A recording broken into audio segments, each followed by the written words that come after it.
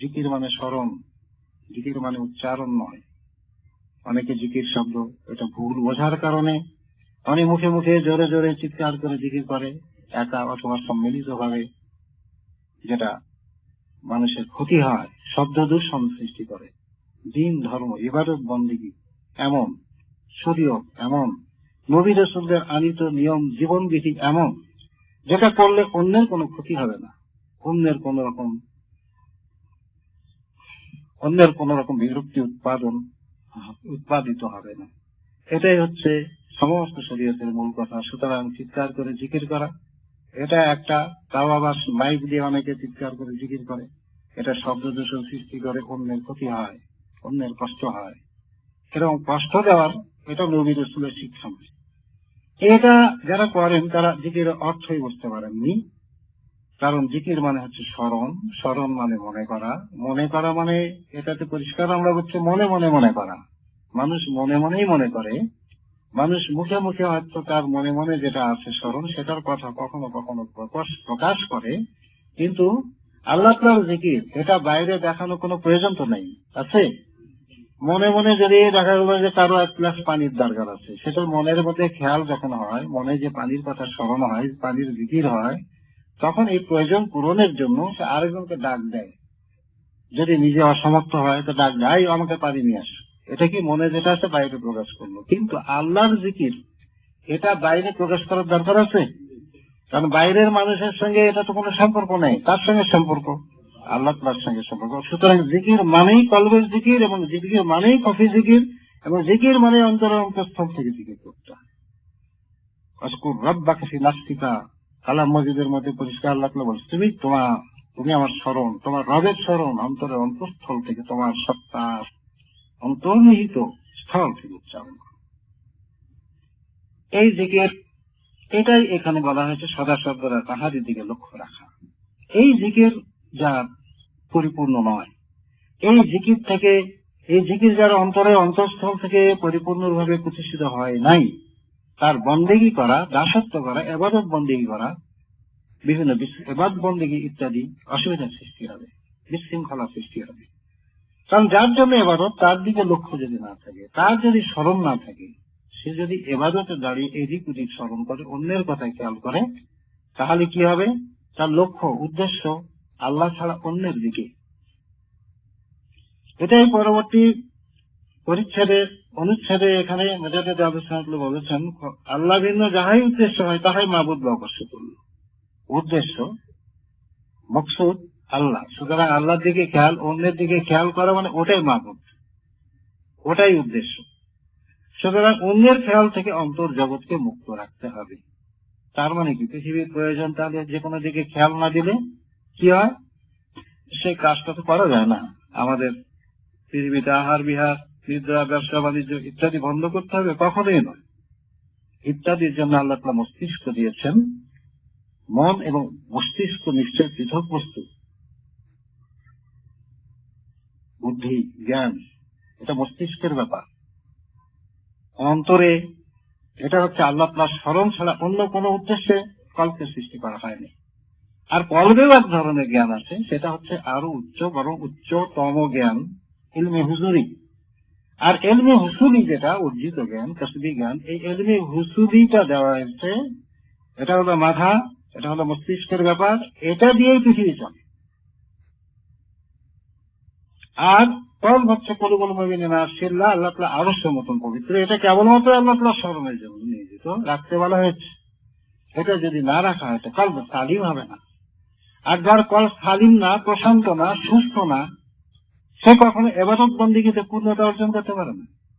শরীয়ত প্রতিপালন করতে গেলে সুস্থ হতে হবে। একজন সুস্থ ছাড়া অসুস্থ ব্যক্তি শরীয়তের হুকুম আহকাম পালন করতে পারে না। যেমন একজন অসুস্থ ব্যক্তি শয্যাশায়ী, সেটা নামাজের কিয়াম করা ফরজ, রুকু করা ফরজ ইত্যাদি অনেক ফরজ সে করতে পারে না। ইশারায় তার জন্য মাঝারি হালতে নামাজের সুযোগ রাখা হয়েছে বটে। একজন মানুষ, অসুস্থ মানুষ, সে শরীয়তের হুকুম রোজা প্রতিপালন করতে পারে না, সে হজ প্রতিপালন করতে পারে না। তেমনি একজন লোকের শরীর অসুস্থ হলে যেমন শরীয়ত পালন করতে তার বিঘ্ন সৃষ্টি হয়, তেমনি কল্প যদি অসুস্থ হয় তাও শরীয়ত পালনে বিঘ্ন সৃষ্টি হয়। কারণ শরীয়ত মানে শরীয়তের সুরত এবং হকিকত দুটাই। শরীয়ত মানে শুধু শরীয়তের সুরত নয়, অথবা শুধু শরীয়তের হকিকত নয়, হকিকত এবং সুরত দুটাই।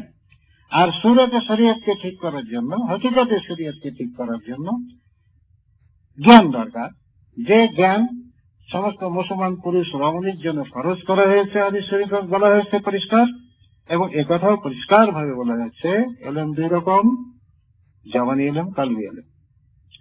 জবানি এলেম সুরতে শরীয়তকে দুরস্ত করার জন্য, কালবি এলেম হকিকতে শরীয়তকে দুরস্ত করার জন্য। এইভাবে এলেমের দুটি দানা পেলে আল্লাহ তাআলার অনন্ত মারিফত, প্রেমের রাজ্যে, মহব্বতের রাজ্যে, সন্তুষ্টির রাজ্যে উড়াল দেওয়া সম্ভব। কোন পাখি যেমন একটি ডানায় উঠতে পারে না, তার জন্য অবশ্যই দুটি ডানা দরকার। কোন মানুষ যেমন একটি পা দিয়ে পথ চলতে পারে না, তার জন্য দুটি পা দরকার। তেমনি শরীয়তের পরিপূর্ণ পাবন্দী হতে গেলে, আল্লাহ তাআলার পরিপূর্ণ দাসত্ব বন্দেগী করতে গেলে, সুন্নাত এবং শরীয়তের হকিকত দুটাই আমাদেরকে ইখতিয়ার করতে হবে, এবং দুদিকেরই জ্ঞান অন্বেষণ করতে হবে। জবানি এলেম শিখতে হবে, মাসলা মাসাল শিখতে হবে, উযু, গোসল, পাক না পাক ইত্যাদি, রুকু সিজদা কিভাবে করতে হয়, সূরা কেরাত কিভাবে পাঠ করতে হয়, এই সমস্ত যেমন জানতে হবে।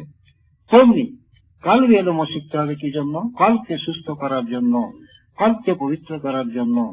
ওযু করলে, গোসল করলে শরীর পবিত্র হয়, আর কলবকে পবিত্র করার জন্য আল্লাহ তাআলা জিকির এবং দায়মি জিকির, সবসময়ের জন্য জিকির, অন্তরের অন্তঃস্থল থেকে জিকিরে খফি, যেটা নকশবন্দি আউলিয়া কেরামগণ যে জিকির ইখতিয়ার করেছেন, এটাই সবচেয়ে শ্রেষ্ঠ বুঝ, দিনের এবং শ্রেষ্ঠ পদ্ধতি। এই পদ্ধতির সঙ্গে আল্লাহ তাআলা দয়া করে যখন আমাদের মতন গুনাহগার মানুষকে সংযুক্ত করেছেন, তখন আমাদের আল্লাহ তাআলা কৃতজ্ঞতা প্রকাশ করা আমাদের উপর তো অবশ্যই ফরজ। কৃতজ্ঞতা প্রকাশ করা কিন্তু অত্যন্ত কঠিন, এবং শরীয়তের যাবতীয় হুকুম হাকুম নিখুঁতভাবে পালন করাই হচ্ছে কৃতজ্ঞতা প্রকাশ। আল্লাহ তাআলার যাবতীয় নিয়ামতের কৃতজ্ঞতা প্রকাশ করতে গেলে পার্থিব এবং পরকালীন সমস্ত কিছু নিয়ামতের শুকরগুজারি করতে গেলে এভাবেই করা সম্ভব যে আল্লাহ তাআলার দেয়া বিধান, যা রাসূল সাল্লাল্লাহু আলাইহি ওয়াসাল্লামের মাধ্যমে আল্লাহ তাআলা প্রচার করে দিয়েছেন, তার পরিপূর্ণ পাবন্দ হওয়া। আর পরিপূর্ণ পাবন্দ হতে গেলে তখন সুরত হকিকত দুটাকেই মিলিয়ে নেওয়া। আর এই শরীয়তের সুরত শিখতে গেলে, যেমন মাসলা মাসাল যিনি জানেন, আলেমদের কাছে যেতে হবে। আর হকিকত দুরস্ত করতে গেলে কলবি ইলমের বিশেষজ্ঞ যিনি, তিনি পীর মুর্শিদ, তার কাছে যেতে হবে। এই নিয়মের, আল্লাহ তাআলার এই বিধানের, কানুনের বিকল্প নেই। ইতিপূর্বে বহুবার বলা হয়েছে আল্লাহ তাআলার কানুন বা বিধান অনুযায়ী আমল করতে হবে, এবং এটাই আলোচনার বিষয়বস্তু। কারণ হচ্ছে যে কোনো সমস্যার সমাধান করতে গেলে দিক নির্দেশনা দেওয়ার দরকার। দিক নির্দেশনায় কানুনের উপরে হবে। আর একটি বিষয় হচ্ছে কুদরত, আল্লাহ তাআলার অপার ক্ষমতা। এই কুদরত, এটার উপরে বিশ্বাস করতে হবে। কুদরতের উপরে আমলের সম্পর্ক নাই। আমলের সম্পর্ক হচ্ছে কানুনের সাথে, আল্লাহ তাআলার বিধানের সাথে, আর কুদরতের সঙ্গে বিশ্বাসের সম্পর্ক। যেমন আল্লাহ তাআলার বিধান হচ্ছে পুরুষ রমণীর মিলনের মাধ্যমে মানব শিশুর জন্ম হয়। এই বিধান সমস্ত পৃথিবীর সবাই মেনে চলছেন। কিন্তু কুদরতেরও বহিঃপ্রকাশ আছে। যেমন ঈসা আলাইহিস সালামকে আল্লাহ তাআলা পিতা বেটি রেখে শুধু মাতার মাধ্যমে সৃষ্টি করেছেন। আবার হযরত আদম আলাইহিস সালামকে পিতা মাতা উভয় ছাড়াই সৃষ্টি করেছেন। এটা হলো কুদরতের বহিঃপ্রকাশ। যেমন আল্লাহ তাআলার কানুন হচ্ছে আগুনে হাত দিলে আগুন পোড়াবার ক্ষমতা, এটা আল্লাহর বিধান অনুযায়ী আগুন পেয়েছে। সুতরাং আল্লাহ তাআলার বিধান আমরা সবাই মেনে চলি, আগুনে কেউ হাত দেই না। কিন্তু কুদরতেরও বহিঃপ্রকাশ আছে। যেমন ইব্রাহিম আলাইহিস সালামকে অগ্নিকুণ্ডে নিক্ষেপ করা হয়েছিল, কিন্তু আগুন তাকে পোড়াতে পারেনি, পেরেছিল। এটা হচ্ছে আল্লাহ তাআলার কুদরত। এই কুদরতের উপর বিশ্বাস করতে হবে। ইব্রাহিম আলাইহিস সালামের এই ঘটনা বিশ্বাস না করলে ঈমান থাকবে? হযরত ঈসা আলাইহিস সালাম আল্লাহ রাসূল, এই কথা বিশ্বাস না করলে ঈমান থাকবে? কিন্তু এই কুদরতের উপরে, এই আল্লাহ তাআলার কুদরতের উপর বিশ্বাস করতে হবে, কিন্তু আমলটা করতে হবে কানুন অনুযায়ী। কেউ যদি এখন সবাইকে কারামতে দেখানোর উদ্দেশ্যে আগুনে আমি হাত দিলাম, দেখো পড়ে কিনা, এটা দিতেও পারবে না। কারণ হলো যে পার্থিব ক্ষতির ব্যাপারে সবাই সচেতন। এটা মানুষের একটা এমন বৃত্তি, পৃথিবীর সব মানুষই যেটা ক্ষতি হবে, যেটা কষ্ট হবে, সেটার ব্যাপারে সবাই সচেতন।